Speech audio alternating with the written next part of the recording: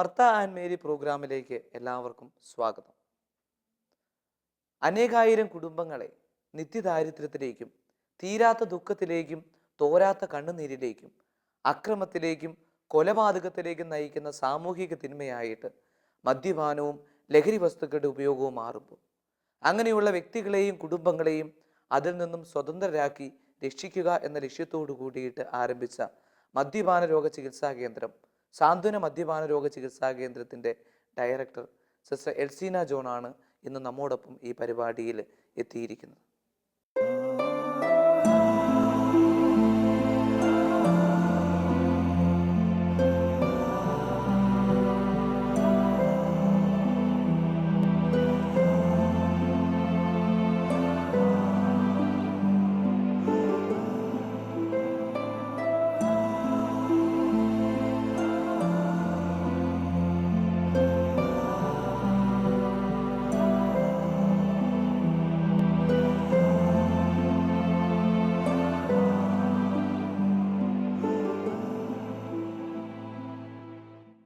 Martha and Mary പ്രോഗ്രാമിലേക്ക് സിസ്റ്ററിന് സ്വാഗതം.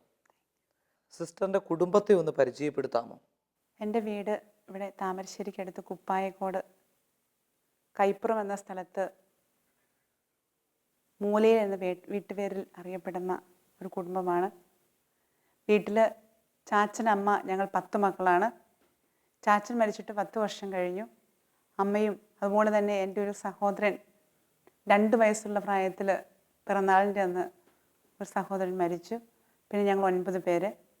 അതിൽ 3 ആണും 6 പെണ്ണും. അതിൽ 2 സഹോദരങ്ങൾ ആങ്ങളമാർ വൈദികരാണ്. ഒരു ബ്രദർ CMAയിൽ അംഗമായി ജർമ്മനിയിൽ ജോലി ചെയ്യുന്നു. ഒരു ബ്രദർ താമരശ്ശേരി സെമിനാരിയിൽ സ്പിരിച്വൽ ഫാദറായി സേവനം ചെയ്യുന്നു. കൂടാതെ ഞങ്ങൾ 6 പെൺമക്കളാണ്. അതിൽ ഒരു ചേച്ചി സിസ്റ്ററായി സേലത്ത് സേവനം ചെയ്യുന്നു. ബാക്കി 4 ചേച്ചിമാരെ വിവാഹിതരാണ്. കുടുംബമായി വിവിധ സ്ഥലങ്ങളിൽ താമസിക്കുന്നു. വീട്ടിലെ ഇളയ സന്താനമാണ് ഞാൻ. സിസ്റ്ററിൻ്റെ വിദ്യാഭ്യാസ കാലഘട്ടത്തെക്കുറിച്ച് ഒന്ന് ഓർമ്മിച്ചെടുക്കുവാനായിട്ട് സാധിക്കും? വളരെ ചെറുപ്പകാലത്ത് വീട്ടിൽ നിന്ന് തന്നെ, ഞാൻ നഴ്സറിയിലൊന്നും പോയിട്ടില്ല. ചെറുപ്പകാലത്ത് വീട്ടിൽ ഞങ്ങൾ സഹോദരങ്ങളൊക്കെ എന്നെ എഴുതി പഠിപ്പിക്കുകയൊക്കെയായിരുന്നു ചെയ്തിരുന്നത്. മണലിലൊക്കെ നന്നായി ഞാൻ ഓർക്കുന്നു. ചെറിയ ശിക്ഷണവും ചെറിയ ശാസനവും ഒപ്പം തന്നെ ഒത്തിരി സ്നേഹവും തന്ന് വളർത്തിയ കുട്ടിക്കാലം എൻ്റെ മനസ്സിൽ നിന്നും വളരെ വലിയൊരു ആസ്വാദനം നിറഞ്ഞൊരു അനുഭവമാണ് എനിക്കുള്ളത്. വീണ്ടും സ്കൂളിൽ പഠിക്കുവാൻ തുടങ്ങിയ കാലഘട്ടത്തിലൊക്കെ വലിയ പഠിത്തക്കാരിയൊന്നുമല്ലായിരുന്നു. ഒരു ആവറേജായിട്ട് പഠിച്ചു പോകുന്ന ഒരു കുട്ടിയായിരുന്നു. എല്ലാവരോടും അധികമൊന്നും ഇടപെടത്തില്ല. എന്നാൽ ഒരു കൊച്ചു പുഞ്ചിരിയോടുകൂടി എല്ലാവരോടും കൂട്ടുകൂടുന്നൊരു പ്രകൃതവും എന്നിൽ ഒളിഞ്ഞു കിടപ്പുണ്ടായിരുന്നു. ടീച്ചേഴ്സിനോടൊക്കെ അധികം സംസാരിക്കാനൊക്കെ എനിക്ക് പേടിയായിരുന്നു. എങ്കിലും അവർക്ക് എന്നെ ഇഷ്ടമായിരുന്നു. ഞാൻ സ്കൂളിൽ പഠിച്ചത് Kannoth saint Antony's UP school. ഈ സ്കൂളിലാണ് 7ാം ക്ലാസ് വരെ പഠിച്ചത്. 7 ശേഷം 8ാം ക്ലാസ്സിൽ അത് സെയിൻറ്റ് ആൻ്റണീസ് ഹൈസ്കൂൾ കണ്ണോത്ത്, അവിടെയാണ് പഠിച്ചത് 10ാം ക്ലാസ് വരെ. 10ലും വലിയ ഒരു ആവറേജ് സ്റ്റുഡൻ്റ് ആയിരുന്നു ഞാൻ.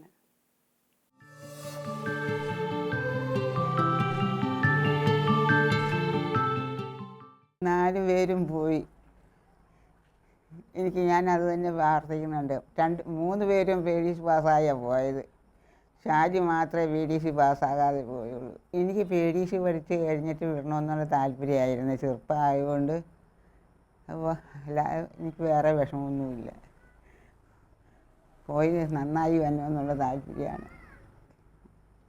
പിന്നെ വല്ലപ്പോഴും എനിക്കൊന്ന് കാണണം.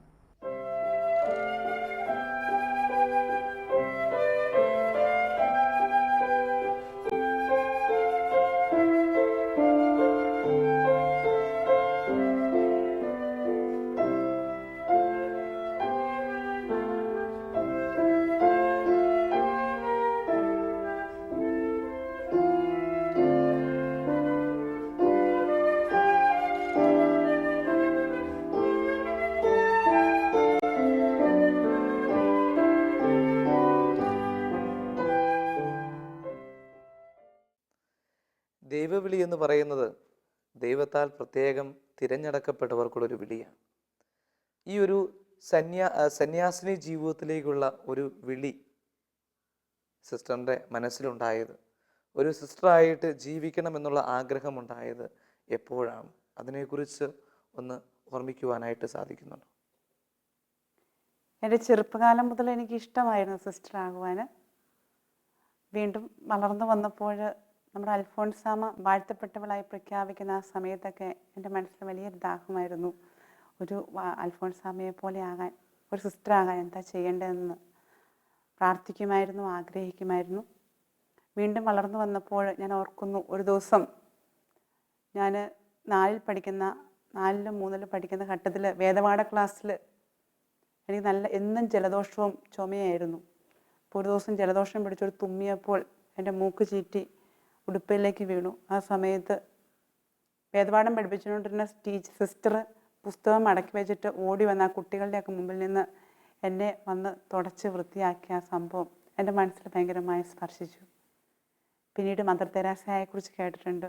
അപ്പോൾ എനിക്കും അവിടെ നിന്നൊക്കെ പാവപ്പെട്ട മനുഷ്യർക്ക് വേണ്ടി ജീവിക്കണം, പാർശ്വവൽക്കരിക്കപ്പെട്ടവർക്ക് വേണ്ടി, അല്ലെങ്കിൽ ബലമില്ലാത്തവർക്ക് വേണ്ടി, ശബ്ദമില്ലാത്തവർക്ക് വേണ്ടി ജീവിക്കണം എന്നൊക്കെ അന്നത്തെ കുഞ്ഞു മനസ്സിൽ ഈ ഒരു ഭാഷയിലൊന്നുമല്ല എങ്കിലും മറ്റുള്ളവർക്ക് വേണ്ടി ജീവിക്കണം എന്ന് വലിയൊരു ആഗ്രഹമുണ്ടായി. പിന്നെ 10ാം ക്ലാസ് പഠിച്ച് പരീക്ഷ എഴുതിക്കൊണ്ടിരിക്കുന്ന ലാസ്റ്റ് ദിവസം ഞാൻ ഓർക്കുന്നു. എനിക്ക് 9ലൊക്കെ പഠിച്ചപ്പോൾ സിസ്റ്ററാകാൻ പോകണോ വേണ്ടോ എന്നൊരു കൺഫ്യൂഷനൊക്കെ ഉണ്ടായിട്ടുണ്ട്. എങ്കിലും 10ാം ക്ലാസ്സിൽ പരീക്ഷ എഴുതിക്കൊണ്ടിരിക്കുന്ന ലാസ്റ്റ് ടൈമിൽ ഞാൻ ഓർക്കുന്നു, ലാസ്റ്റ് പരീക്ഷയ്ക്ക് മുൻപ് തീർച്ചയായിട്ടും സിസ്റ്ററാകാൻ വേണ്ടി തന്നെ പോകണമെന്ന ആഗ്രഹവുമായിട്ട് പരീക്ഷ കഴിഞ്ഞ് ഞാൻ വീട്ടിലേക്ക് പോകുന്ന രംഗം.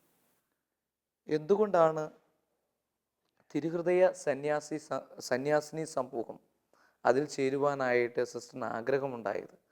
അതിനുശേഷം ഈ ആഗ്രഹം വീട്ടുകാരെ അറിയിച്ചപ്പോൾ അവരുടെ ഒരു പ്രതികരണം എന്തായിരുന്നു? എനിക്ക് ആഗ്രഹം ഉണ്ടായിരുന്നുവെങ്കിലും വീട്ടിലെ ഇളയ കുട്ടിയായതുകൊണ്ട് അവർക്ക് ആർക്കും എൻ്റെ മഠത്തിൽ വിടുവാൻ ഇഷ്ടമില്ലായിരുന്നു. മാത്രവുമല്ല, ഞാൻ വെറും SLC കഴിഞ്ഞിട്ട് പോകേണ്ട, PDC കഴിഞ്ഞിട്ട് പോയച്ചാൽ മതിയെന്ന് ചാച്ചനും അമ്മയും എൻ്റെ ജ്യേഷ്ഠ സഹോദരങ്ങളെല്ലാവരും വളരെ ശക്തിപൂർവ്വം എന്നോട് പറഞ്ഞു. എങ്കിലും എൻ്റെ ഉള്ളിൽ വലിയൊരു ദാഹമായിരുന്നു, മോഹമായിരുന്നു. ഞാൻ ഓർക്കുന്നു, ഞാൻ ദൈവവിളി ക്യാമ്പിന് പോകുമ്പോൾ ചാച്ചൻ എൻ്റെ എത്ര ചെയ്താലും വിടത്തില്ല, എത്ര കരഞ്ഞ് പുറത്ത് നടന്നാലും ചാച്ചൻ വഴക്ക് പറയും. എനിക്ക് ഇത്തിരിയൊക്കെ പേടിയാണ് ചാച്ചനെ, പെട്ടെന്ന് ദേഷ്യം വരും ചാച്ചന്. അപ്പോൾ ചാച്ചൻ എന്നെ വിടാതെ വന്നപ്പോൾ ഞാൻ ഓർക്കുന്നു, പറമ്പിലെ അടക്കയൊക്കെ പറക്കി പോയി ശേഷം ഈ ഉണക്കിയ അടക്കയൊക്കെ ഈ കൊക്കോയുടെയൊക്കെ അടിയിൽ കിടക്കും, അതെല്ലാം കളക്ട് ചെയ്ത് അതൊക്കെ പൊളിച്ച് ഒരു പ്ലാസ്റ്റിക് കൂടിനകത്തായിട്ട് കൊണ്ടു കൊടുത്തിട്ട്, ചാച്ച ഇത് വിറ്റിട്ട് തന്നെ എനിക്ക് ക്യാമ്പിന് പോകാനുള്ള പൈസ തരണമെന്ന് പറഞ്ഞു. അപ്പോൾ ഞാൻ സത്യത്തിൽ വിചാരിച്ചു തീർച്ചയായിട്ടും ചാച്ചൻ അത് വിൽക്കാൻ പോയായിരുന്നു. അപ്പം ചാച്ചൻ തീർച്ചയായിട്ടും അത് വന്നിട്ട് എനിക്ക് പൈസ തന്ന് മോളെ നീ പൊക്കോന്ന് പറയുമെന്നാണ് ഞാൻ വിചാരിച്ചത്. പക്ഷേ ചാച്ചൻ അന്ന് വൈകുന്നേരം ചന്തയ്ക്ക് പോയിട്ട് ഒത്തിരി സാധനങ്ങളൊക്കെ മേടിച്ചൊന്ന് കുശാലായി. എനിക്കപ്പോൾ തന്നെ വലിയ സങ്കടമായി. പിന്നെ ചേച്ചിയോടെ അടുത്തും എല്ലാവരുടെ അടുത്തും കരഞ്ഞു പിടിഞ്ഞ് അവസാനം ചേച്ചിയുടെ സപ്പോർട്ടോടു കൂടി ചാച്ചൻ്റെ അടുത്ത് നിന്ന് അല്പം സമ്മതം കിട്ടി. അങ്ങനെ ക്യാമ്പിന് പോയി. ക്യാമ്പിന് പോയിട്ട് വന്നിട്ടും എന്നെ ഒട്ടും സമ്മതിക്കത്തില്ല. എൻ്റെ ബന്ധുക്കളും സഹോദരങ്ങളും എല്ലാവരും വീണ്ടും നിർബന്ധിക്കുകയാണ് PDC കഴിഞ്ഞിട്ട് പോയച്ചാൽ മതിയെന്ന്.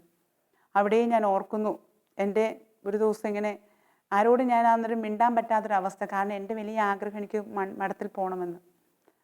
ആ ദൈവവിളി ക്യാമ്പിന് പോയപ്പോൾ ഞാൻ ഓർക്കുന്നു, ഇപ്പോൾ സീന സിസ്റ്റർ, അന്ന് മിനി ചേച്ചിയായിരുന്നു, സിസ്റ്ററും വേറൊരു സിസ്റ്ററും കൂടി LC സിസ്റ്ററും കൂടി വന്ന് അവിടെ ക്യാമ്പിന് പറഞ്ഞപ്പോഴൊക്കെ എനിക്ക് ഒത്തിരി ഇഷ്ടപ്പെട്ടു അവരെ. ഒപ്പം തന്നെ ഒത്തിരി സിസ്റ്റർമാർ വന്നപ്പോൾ ഏതിൽ പോകണം എന്നുള്ള കൺഫ്യൂഷൻ ഉണ്ടായി. അതുപോലെ തന്നെ മാർത്താണ്ഡത്തിൽ പോകാനായിരുന്നു ഞാൻ തീരുമാനിച്ചിരുന്നത്.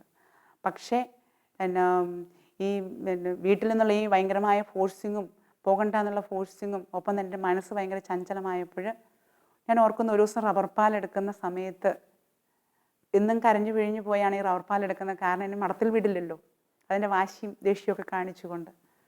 അപ്പോൾ ഒരു ദിവസം എൻ്റെ ബ്രദർ എന്നോട് ചോദിച്ചു, മൂത്ത ബ്രദർ എന്നോട് ചോദിച്ചു, അല്ല നീ കോൺവെൻറ്റിൽ പോകുന്നുണ്ടെന്ന് പറഞ്ഞിട്ട് എന്തായി, നീ പോകുന്നില്ലേ എന്ന് ചോദിച്ചു. ശരിക്കും എന്നെ ദൈവം എന്നോട് ഒന്നും കൂടി എൻ്റെ വിളി ഉറപ്പിക്കാൻ വേണ്ടി എന്നോട് ചോദിച്ചതാണെന്ന് എനിക്ക് തോന്നുന്നു. അങ്ങനെ അന്ന് തൊട്ട് ഞാൻ ചാച്ചനല്ല അമ്മയല്ല ആരെന്ത് പറഞ്ഞാലും ഞാൻ മഠത്തിൽ പോകുന്നൊരു വാശിയായി. വീണ്ടും ഞാൻ ശക്തമായിട്ട് വീട്ടിൽ അതിന് വാദിക്കാൻ തുടങ്ങി. അങ്ങനെ ഇരിക്കുക എൻ്റെ പേരപ്പൻ്റെ മോള് സിസ്റ്ററുണ്ട്. സിസ്റ്റർ ഒരു സുപ്രഭാതത്തിൽ അവിടെ വന്നു. ഞാൻ മാർത്താണ്ഡത്തിൽ പോകാൻ വേണ്ടിയായിരുന്നു ഇരുന്നത്. അപ്പോൾ സിസ്റ്റർ അവിടെ വന്ന് ചാച്ചനോട് വീണ്ടും റിക്വസ്റ്റ് ചെയ്തു. അപ്പോൾ ചാച്ചൻ പറഞ്ഞു, ഇവിടെ അടുത്തുള്ളതാണെങ്കിൽ തീർച്ചയായിട്ടും എന്നാൽ വിടാം, ഇനി വല്ലപ്പോഴൊക്കെ വരുമ്പോൾ ഒന്ന് കാണാമല്ലോ എന്ന് വിചാരിച്ച് അങ്ങനെ ചാച്ചൻ സമ്മതിച്ചു. പിന്നെ ഉടനെ തന്നെ ഞാൻ ഈ ത്രികൃതി സന്യാസിനി സമൂഹത്തിലെ കൂരാച്ചുണ്ട് ആയിരുന്നു ഞങ്ങളുടെ ഫോർമേഷൻ ഹൗസ്. അവിടെ ഞാൻ ആദ്യം ഇൻ്റർവ്യൂവിന് പോയി. ആ ഇൻ്റർവ്യൂവിന് പോയി അപ്പോൾ തന്നെ സെലക്ഷനായി. വീണ്ടും ഞാൻ സിസ്റ്ററാകാൻ വേണ്ടി കടന്നു ചെന്നു.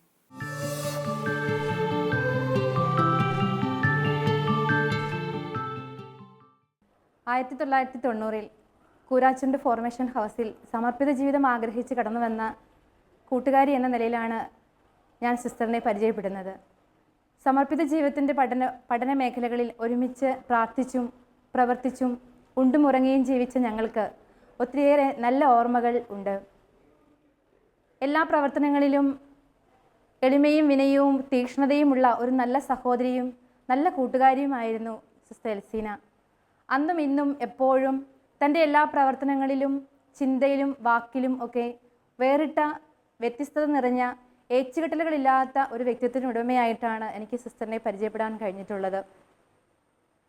വലിയ കുടുംബത്തിലെ അംഗമെന്ന നിലയിൽ എല്ലാവരെയും ഉൾച്ചേർക്കുവാനും കൂട്ടുകൂടുവാനും എല്ലാ പ്രവർത്തനങ്ങളിലും ഒത്തുചേരുവാനും ഇണങ്ങുവാനുമൊക്കെ കഴിവുള്ള ഒരു നല്ല വ്യക്തിയായിരുന്നു സിസ്റ്റർ എൽസീന. അന്നു മുതൽ ഗ്രൂപ്പിൽ ഏതു പ്രവർത്തനങ്ങളിലും മുന്നിട്ടിറങ്ങുവാനും എളിമയുള്ള ജോലികൾ ചെയ്യുന്നതിൽ സന്തോഷം കണ്ടെത്തുവാനും ഞങ്ങളെയുമൊക്കെ ഉൾച്ചേർക്കുവാനും ഉള്ള വലിയ വിശാല ഹൃദയം സഹോദരിക്കുണ്ടായിരുന്നു. തൻ്റെ സഹോദരങ്ങളൊക്കെ സമർപ്പിത ജീവിതം നയിക്കുന്ന ആ നല്ല ഓർമ്മകളും കുടുംബത്തിൽ വന്നുള്ള അവരുടെ പ്രവർത്തനങ്ങളുമൊക്കെ ആയിരിക്കാം സിസ്റ്ററിൻ്റെ പ്രവർത്തനങ്ങളിൽ എപ്പോഴും ഒരു വ്യത്യസ്തത ഞങ്ങൾക്ക് കാണാനുണ്ടായിരുന്നു. ബാച്ച്മേറ്റ്സ് എന്ന നിലയിൽ ഞങ്ങളോടെല്ലാവരോടും സ്നേഹത്തിലും സൗഹൃദത്തിലും ഉൾച്ചേർക്കുന്നതിലും പ്രാർത്ഥനയിൽ ഞങ്ങളെ കൂട്ടിച്ചേർക്കുന്നതിലുമൊക്കെ എപ്പോഴും തീക്ഷ്ണത കാണിച്ചിരുന്ന ഒരു സഹോദരിയായിരുന്നു ഞങ്ങളുടെ സിസ്റ്റർ എൽസീന. ഒരു സന്യാസിനി ആയതിനു ശേഷമുള്ള സിസ്റ്ററിൻ്റെ ആദ്യകാല പ്രവർത്തനങ്ങളെക്കുറിച്ച് ഓർമ്മിക്കുവാനായിട്ട് സാധിക്കുന്നുണ്ട്. സിസ്റ്ററായ ശേഷം 1993 നവംബർ 14 ഞാൻ സമർപ്പിത ജീവിതത്തിലേക്ക് കാലെടുത്ത് വെച്ചത്, വ്രതവാഗ്ദാനം സ്വീകരിച്ചത്. അത് സിസ്റ്ററായ ശേഷം ഞാൻ കുളത്തുവയിൽ ഞങ്ങളുടെ കോൺവെൻറ്റിൽ ഒരു നവസന്യാസിനിയായിട്ട് ജീവിക്കുകയായിരുന്നു. അപ്പോൾ അവിടെ ഉണ്ടായിരുന്ന മൈക്കിളമ്മ ഇന്ന് പ്രായാധിക്യത്താൽ വാർദ്ധക്യ സഹജമായ രോഗത്താൽ കിടക്കുകയാണ്. അമ്മയുടെ വലിയ സപ്പോർട്ടും ശിക്ഷണവും ഒക്കെ എനിക്ക് പുറത്തെ പണിയൊക്കെ അറിയാം, അടുക്കളപ്പണി അങ്ങനത്തെ ഒന്നും എനിക്ക് അറിഞ്ഞുകൂടായിരുന്നു. എന്നാലുള്ള ആ അമ്മയുടെ ആ പ്രോത്സാഹനവും തിരുത്തലുമൊക്കെ എനിക്ക് എന്നെ വളർത്തുവാൻ സഹായിച്ചിട്ടുണ്ട്. കൂടാതെ ഒരു 6 മാസം മാത്രമേ ഞാൻ കമ്മ്യൂണിറ്റി ലൈഫ് അന്നേരം നയിച്ചിട്ടുള്ളൂ. ശേഷം എന്നെ ബഹുമാനപ്പെട്ട മാട്ടിനമ്മ ഇപ്പം മരിച്ചുപോയി.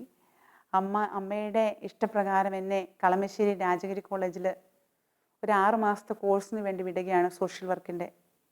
അങ്ങനെ കോഴ്സിന് പോയി. അവിടെ ചെന്നപ്പോൾ ഞാൻ ഏറ്റവും ഇളയതായിരുന്നു. ഒത്തിരി ബുദ്ധിമുട്ടുകളൊക്കെ ഉണ്ടായിരുന്നു. എങ്കിലും അവിടെയൊക്കെ എന്നോടൊരു മാഡം പറഞ്ഞു, സിസ്റ്ററിന് നല്ലൊരു ഫ്യൂച്ചറുണ്ട്, സിസ്റ്ററിന് നല്ലൊരു മറ്റുള്ളവരെ കൈകാര്യം ചെയ്യുവാനുള്ള ഒരു മാനുഷികത സിസ്റ്ററിൽ തെളിഞ്ഞു കാണുന്നുണ്ട് എന്ന് പറഞ്ഞു. സത്യത്തിൽ പറഞ്ഞാൽ ഞാൻ അന്ന് എൻ്റെ മനസ്സിൽ വലിയൊരു ഉണർവുണ്ടായി. അന്ന് തൊട്ട് ഈ മാനുഷികത എന്താണെന്ന് ഞാൻ തേടി നടക്കുന്നൊരു സ്വഭാവം എന്നിൽ സ്ഫുരിച്ചിരുന്നു.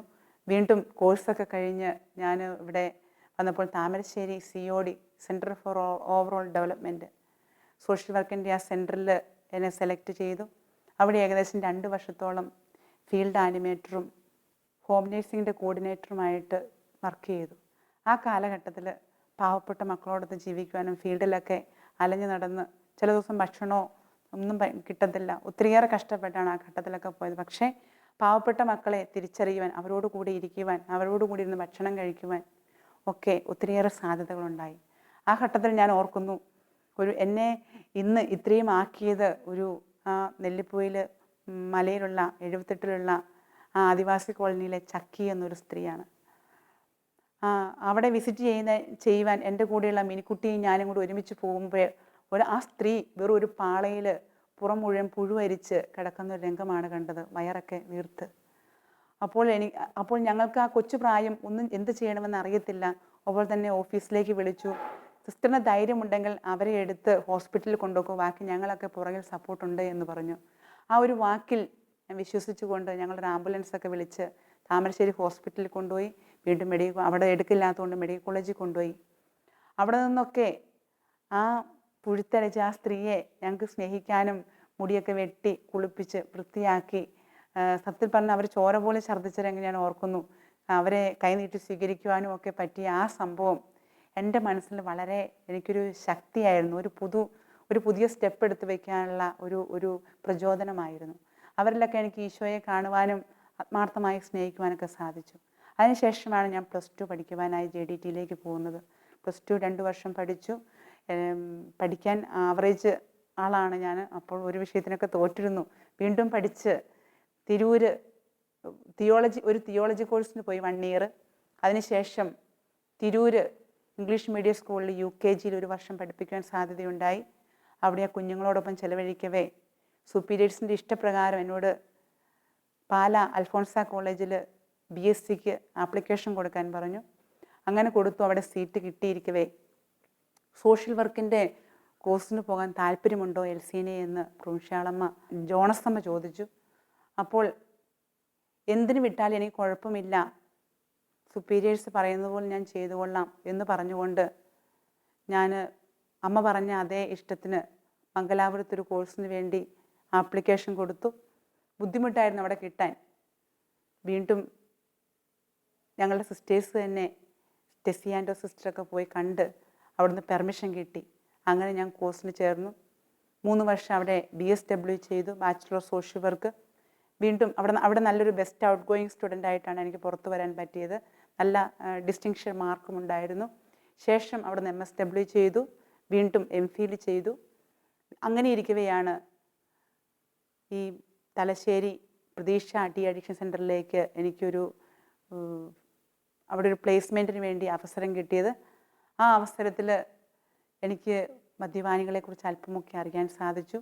പഠനത്തിന് ശേഷം എന്നെ അങ്ങോട്ട് അവർ സെലക്ട് ചെയ്യുകയാണ് ചെയ്തത്. തലശ്ശേരി പ്രതീക്ഷ ഡി അഡിക്ഷൻ സെൻറ്ററിലെ സിസ്റ്ററിൻ്റെ ആ പ്രവർത്തനങ്ങളെക്കുറിച്ച് ഒന്ന് വിശദീകരിക്കാമോ? അവിടെ ഞാൻ 2 വർഷമേ സേവനം ചെയ്തിട്ടുള്ളൂ. ആദ്യഘട്ടങ്ങളിൽ ഒരു കൗൺസിലറായിട്ട് എന്നെ ബഹുമാനപ്പെട്ട തോമസ് തൈത്തോട്ടം അച്ഛൻ സ്വീകരിച്ചതാണ്. അങ്ങനെ ഇരിക്കവേ ഒരു പ്രത്യേക സാഹചര്യത്തിൽ അവിടുത്തെ അഡ്മിനിസ്ട്രേറ്ററും കോർഡിനേറ്ററും കൗൺസിലറും ഒക്കെയായി ജോലി ചെയ്യുവാനുള്ള സാധ്യതയുണ്ടായി. ഒത്തിരിയേറെ കഠിനാധ്വാനത്തിലൂടെയാണ് ആ കാലഘട്ടമൊക്കെ മുന്നേറിക്കൊണ്ടിരുന്നത്. ആദ്യഘട്ടങ്ങളിലൊക്കെ എൻ്റെ ചെറുപ്പം മുതലേ എനിക്ക് കുടുംബത്തിലൊരു മദ്യപാനത്തിൻ്റെ ഒരു ബാക്ക്ഗ്രൗണ്ടിൽ വളർന്നു വരാത്തത് കൊണ്ടും ചെറുപ്പം മുതലേ എനിക്ക് മദ്യപാനികൾ എന്ന് പറയുമ്പോൾ വലിയ പേടിയായിരുന്നതുകൊണ്ടും പഠനഘട്ടത്തിൽ പോലും മദ്യപാനികൾ എന്ന് പറയുമ്പോൾ എനിക്ക് വലിയ ഒരു അകൽച്ചയായിരുന്നതുകൊണ്ടും ആദ്യഘട്ടങ്ങളിലൊക്കെ എനിക്ക് വലിയൊരു ബുദ്ധിമുട്ട് അനുഭവപ്പെട്ടു, ഒരു 3 മാസക്കാലത്തോളം. പക്ഷേ അവരൊക്കെ വരുന്നതും ഏതാനും ദിവസങ്ങൾക്കുള്ളിൽ അവർക്ക് ശാരീരികമായ, മാനസികമായ, ആത്മീയമായ മാറ്റങ്ങൾ വന്ന് പുതിയ മനുഷ്യരാകുന്ന അനുഭവം കൗൺസിലിങ്ങിലൂടെയും മരുന്നിലൂടെയും ഈ ജീവിതചര്യയിലൂടെയൊക്കെ ഒത്തിരിയേറെ കാര്യങ്ങൾ എനിക്ക് മനസ്സിലാക്കാൻ സാധിച്ചു. എൻ്റെ സ്വബോധത്തിൽ നിന്ന് എനിക്ക് അവരെ ഇഷ്ടപ്പെട്ടു. അവരോട് നല്ല സ്നേഹമായി. അവരെ നമ്മൾ സ്നേഹിച്ചാൽ, അവരെ തിരുത്തിയാൽ, അവർ തിരുത്താൻ സാധാരണ മനുഷ്യരെക്കാൾ നല്ല മനുഷ്യരാണെന്നുള്ള ബോധ്യം എനിക്കുണ്ടായി. ആ ഒരു ബോധ്യമാണ് എന്നെ വീണ്ടും മുന്നോട്ട് നയിക്കാൻ വേണ്ടി സാധ്യതയുണ്ടാക്കിയത്. ആ ഘട്ടത്തിലാണ് എന്നെ പ്രൊവിൻഷ്യൽ കൗൺസിലറായിട്ട് എലക്ട് ചെയ്യുന്നു. വീണ്ടും 3 മാസത്തിന് വേണ്ടി അച്ഛൻ വിളിച്ചതായിരുന്നു. എങ്കിലും 2 വർഷം അവിടെ പൂർത്തീകരിക്കാൻ സാധിച്ചു. കൗൺസിലറായിട്ട് എലക്ട് ചെയ്തതിന് ശേഷം തിരികെ ഞങ്ങൾ പ്രോവിൻസിലേക്ക് പോരുകയാണ് ചെയ്തത്.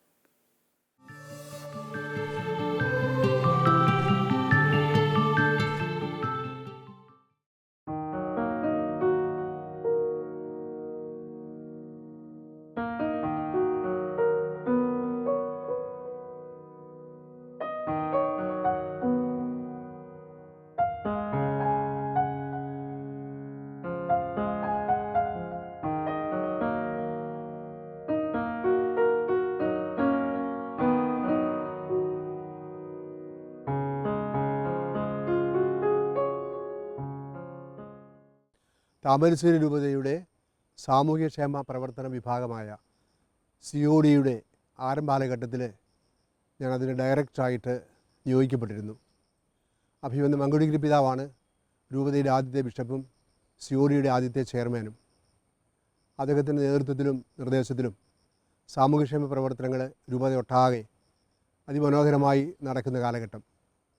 ഈ കാലഘട്ടത്തിൽ സംഘത്തോട് ചേർന്ന് പ്രവർത്തിക്കുന്നതിനായിട്ട് വിവിധ സ്ഥലങ്ങളിൽ നിന്നും വ്യക്തികളെയും അതുപോലെ കോൺഗ്രിഗേഷനിൽ നിന്ന് സിസ്റ്റർമാരെയും പ്രവർത്തനത്തിനായിട്ട് സ്വീകരിക്കാറുണ്ടായിരുന്നു. അക്കൂട്ടത്തിലാണ് SH കോൺഗ്രിഗേഷനിൽ ഉൾപ്പെടുന്ന സിസ്റ്റർ എൽസീനായെ സാമൂഹ്യക്ഷേമ പ്രവർത്തനത്തിനായിട്ട് അഭിമന്യ പിതാവിൻ്റെ അനുവാദത്തോടെ കോൺഗ്രിഗേഷൻ്റെ പ്രൊവിൻഷ്യലുമായി ബന്ധപ്പെട്ട് പ്രവർത്തനത്തിലേക്ക് കൊണ്ടുവരുന്നത്.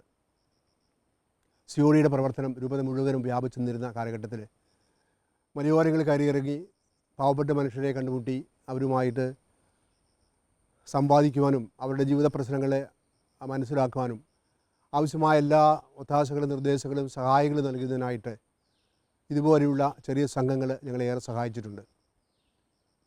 രൂപത കോഴിക്കോടും മലപ്പുറം ജില്ലകളിൽ വ്യാപിച്ചു കിടന്നിരുന്നുകൊണ്ട് നിരവധി ആളുകളുടെ പ്രവർത്തനം ഇതിലേക്ക് സ്വീകാര്യമായിട്ട് വരികയായിരുന്നു. ആ കൂട്ടത്തിൽ എൽസിന സിസ്റ്റർ ഏറ്റവും സ്തുത്യർഹമായ വിധത്തിൽ സാമൂഹ്യക്ഷേമ പ്രവർത്തന വിഭാഗമായ COD ബന്ധപ്പെട്ട് തൻ്റെ കഴിവും തൻ്റെ അനുഗ്രഹങ്ങളുമെല്ലാം സാധാരണക്കാരായ മനുഷ്യർക്ക് നിരവധിയായ നന്മകൾക്ക് കാരണമായി തീർന്നിട്ടുണ്ട്. ആ കാലഘട്ടത്തിലാണ് സിസ്റ്ററെ എനിക്ക് പരിചയമുണ്ടാവുക കൂടുതലായിട്ട്. ചുമതലപ്പെടുത്തുന്ന കാര്യങ്ങൾ ഏറ്റവും ഭംഗിയായും അർപ്പണബോധത്തോടെയും ചെയ്യുവാനായിട്ടുള്ള സിസ്റ്ററിൻ്റെ മനോഭാവവും പ്രവർത്തിക്കാനുള്ള താല്പര്യങ്ങളും എന്നെ ഏറെ ആകർഷിച്ചിട്ടുണ്ട്. അതുകൊണ്ട് ഈ സാമൂഹ്യക്ഷേമ പ്രവർത്തന വിഭാഗത്തിൽ പ്രവർത്തിച്ചതിന് ശേഷം 1-2 വർഷങ്ങൾ കഴിഞ്ഞപ്പോഴേക്കും പ്രൊവിൻഷ്യലുമായി ബന്ധപ്പെട്ടിട്ട് ഏതെങ്കിലും ഡിപ്പാർട്ട്മെൻറ്റിൽ കൂടുതലായി ഇതേക്കുറിച്ച് അറിവും പഠനവും നേടുന്നതിനായിട്ട് അയക്കുന്നത് നല്ലതാണെന്ന് ഞാൻ അഭിപ്രായപ്പെടുകയുണ്ടായി. അതിൻ്റെ പശ്ചാത്തലത്തിലാണ് എൽസിന സിസ്റ്ററിനെ BSW പറഞ്ഞയക്കുക. അതിനുശേഷം BSW പഠനം പൂർത്തിയായതിനു ശേഷം COD അധികം ബന്ധമില്ലായിരുന്നെങ്കിലും അവരുടെ കോൺഗ്രിഗേഷൻ്റെ സാമൂഹിക ക്ഷേമ പ്രവർത്തന വിഭാഗത്തിൽ സിസ്റ്ററിനെ നിയമിക്കുകയും ഒത്തിരിയേറെ കാര്യങ്ങൾ കോൺഗ്രിഗേഷൻ തലത്തിൽ ചെയ്യുവാനായിട്ട് സിസ്റ്ററിന് സാധിക്കുകയും ചെയ്തു. അതിനുശേഷം ആണ് കട്ടിപ്പാറയിൽ ഇപ്പോൾ നിലവിലുള്ള ഡീഅഡിക്ഷൻ സെൻ്ററെ സ്ഥാപിക്കുകയും അതിൻ്റെ ഡയറക്ടറായിട്ട് സിസ്റ്ററിനെ നിയമിക്കുകയും ചെയ്യുക. അവിടെ നിന്നും ഒത്തിരിയേറെ ജോലികൾ ചെയ്യുന്നതോടൊപ്പം MSW അതുപോലെ അനുബന്ധ പഠനങ്ങൾ പൂർത്തിയാക്കി ഏറ്റവും സുദീർഘമായ വിധത്തിൽ ആ ജോലി ചെയ്യുവാനായിട്ട് കാരണമായി. ധാരാളം മദ്യപന്മാർ മദ്യപാനം നിർത്തുന്നതിനായിട്ട് പ്രാർത്ഥനയും അതുപോലെ തന്നെ മരുന്നും സ്വീകരിക്കുന്നതിനായിട്ട് കട്ടിപ്പാറയുള്ള ഡീഅഡിക്ഷൻ സെൻ്ററിൽ വരിക പതിവായിരുന്നു. അവിടെയും സിസ്റ്റർ ഏറ്റവും മനോഹരമായ വിധത്തിൽ തൻ്റെ ജോലി നിർവഹിച്ചു. മദ്യപന്മാർ ഇടപെടുക, മദ്യപാനം നിർത്താൻ ആഗ്രഹിക്കുന്നവരോട് ഇടപെടുക എന്നുള്ളത് ഏറ്റവും എളുപ്പമുള്ള കാര്യമല്ല. രാവും പകലുമില്ലാതെ അധ്വാനിക്കണം, ഉറക്കവും ഭക്ഷണവുമില്ലാതെ അവർക്ക് വേണ്ടി അധ്വാനിക്കണം. ഇതെല്ലാം ഏറ്റവും സാഹസികമായ വിധത്തിൽ തന്നെ നിർവഹിച്ചതായിട്ട് നമുക്ക് മനസ്സിലാക്കാൻ കഴിയും സിസ്റ്ററിൻ്റെ പ്രവർത്തനങ്ങൾ.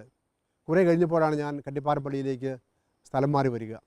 അപ്പോൾ അവരുടെ പ്രവർത്തനങ്ങളെ കൂടുതൽ അടുത്തറിയുവാനും പ്രോത്സാഹിപ്പിക്കുവാനും ഒത്താശകൾ ചെയ്യുവാനും അവർക്ക് വേണ്ടി പ്രാർത്ഥിക്കുവാനും രോഗികളെ കാണുവാനും അവർക്ക് ആശ്വാസം പകരുവാനും എല്ലാം എനിക്ക് അവസരം കിട്ടി. അത് വലിയൊരു അനുഗ്രഹമായിട്ട് ഞാൻ കണക്കാക്കുകയാണ്.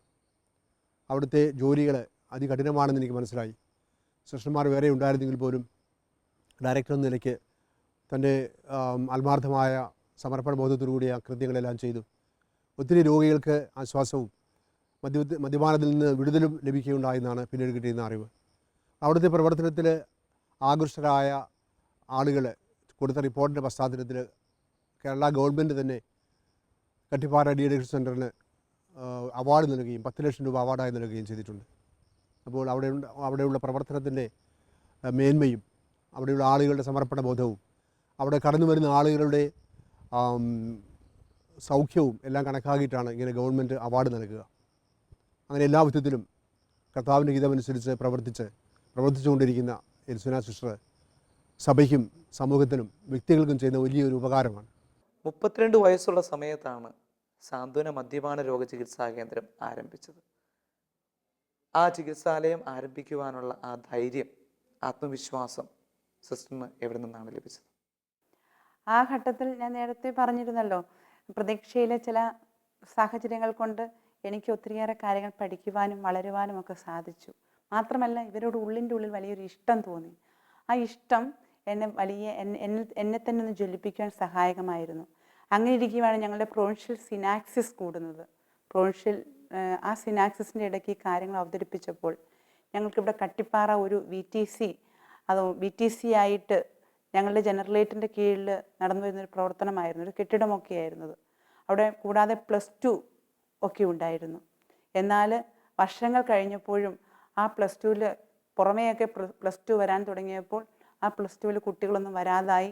അങ്ങനെ വലിയൊരു ദൗർബല്യം അനുഭവിച്ചപ്പോൾ ഞാൻ പഠിച്ചുകൊണ്ടിരുന്ന ഘട്ടത്തിൽ തന്നെ അന്ന് പ്രൊവിൻഷ്യലായിരുന്ന മേരി തെക്കേലമ്മ എന്നോട് പറയുമായിരുന്നു, എൽസീനെ, ഇങ്ങനൊരു കെട്ടിടമുണ്ട്, ഒഴിഞ്ഞു കിടപ്പുണ്ട്, സാമൂഹ്യക്ഷേമ പ്രവർത്തനം ഉപയുക്തമായ രീതിയിൽ ഇന്നത്തെ കാലഘട്ടത്തിന് യോജിച്ച എന്തെങ്കിലും ആ സ്ഥാപനത്തിൽ തുടങ്ങണമെന്ന്.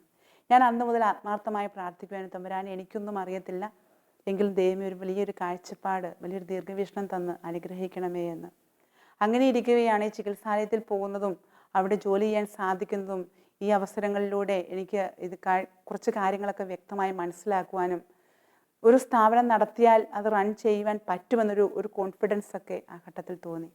ഈ മനോഭാവം ഞാൻ അന്നത്തെ പ്രൊവിൻഷ്യൽ സിനാക്സിസിൽ അവതരിപ്പിക്കുകയും പ്രൊവിൻഷ്യൽ അമ്മയായിരുന്ന ജോണസമ്മയും മറ്റ് എല്ലാവരും ഒന്നടക്കം സമ്മതിക്കുകയും പ്രോത്സാഹിപ്പിക്കുകയും ചെയ്തു. അന്നത്തെ ആ ഉത്തരവാദിത്വം, ഈ സ്ഥാപനം ഇങ്ങനെ ഏറ്റു നടത്തുവാനുള്ള ഉത്തരവാദിത്വം സിസ്റ്റർ എൽസീനായെ ഏൽപ്പിക്കുന്നുവെന്ന് എല്ലാവരും കൈയടിച്ച് പാസ്സാക്കുകയും ചെയ്തു.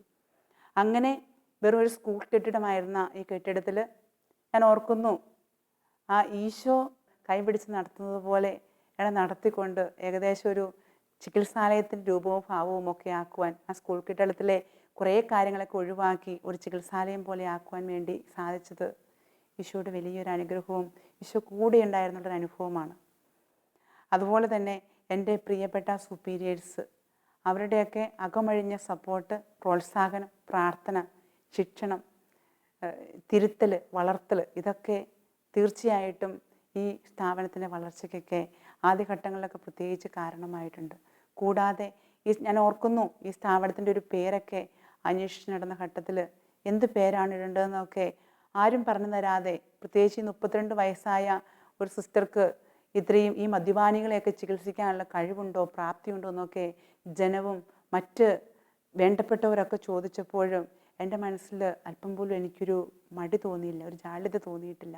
അപ്പോഴൊക്കെ വലിയൊരു ദൈവികമായ സംരക്ഷണം. പ്രത്യേകിച്ച് ഓർക്കുന്നു, ഞങ്ങളുടെ സ്ഥാപപിതാവ് കതൽക്കാട്ടിൽ മത്തായി അച്ഛൻ ഞങ്ങളുടെ സഭ തുടങ്ങിയത് ഈശോയുടെ തിരുഹൃദയത്തിന് മുമ്പിൽ ദിനരാത്രങ്ങൾ സക്രാരിയുടെ മുമ്പിൽ ഹൃദയം തുറന്ന് പ്രാർത്ഥിച്ച് ആ പ്രാർത്ഥനയിൽ നിന്നുമാണ് തിരുഹൃദയ സന്യാസിനി സമൂഹം തുടങ്ങിയത്.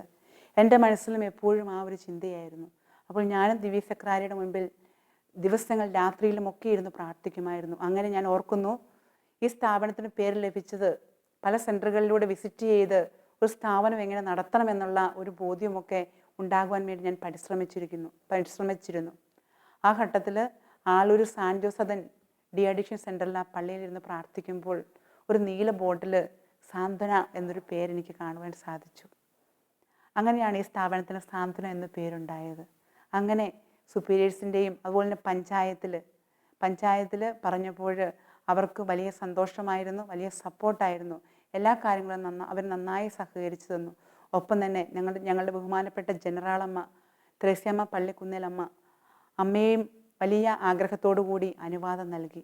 കൂടാതെ ഈ രൂപതയുടെ അന്നത്തെ മേൽധ്യക്ഷനായിരുന്ന ഞങ്ങളുടെ ചിറ്റിലപ്പള്ളി പിതാവ് പോൾ ചിറ്റിലപ്പള്ളി പിതാവും വലിയ സന്തോഷത്തോടു കൂടി അനുഗ്രഹവും ആശീർവാദവും എല്ലാം തന്ന് അനുമതി നൽകിയ സംഭവമൊക്കെ ഞാൻ ഓർക്കുന്നു. അങ്ങനെ എല്ലാവരുടെയും അനുമതിയോടും ആശീർവാദത്തോടും കൂടിയാണ് ഈ സ്ഥാപനം തുടങ്ങിയത്. പക്ഷേ ഒത്തിരിയേറെ പുറമേ നിന്നുള്ള പ്രതിസന്ധികളും പ്രശ്നങ്ങളും ഒക്കെ ഉണ്ടായിരുന്നു ഇതിന് തടസ്സം സൃഷ്ടിക്കുവാൻ വേണ്ടി. എങ്കിലും ഈശോയുടെ ഹൃദയത്തിൽ നിന്ന് തന്നെ തുടക്കമിട്ട ഒരു സെൻ്ററായിട്ടാണ് എനിക്കന്ന് അനുഭവപ്പെട്ടിട്ടുള്ളത്.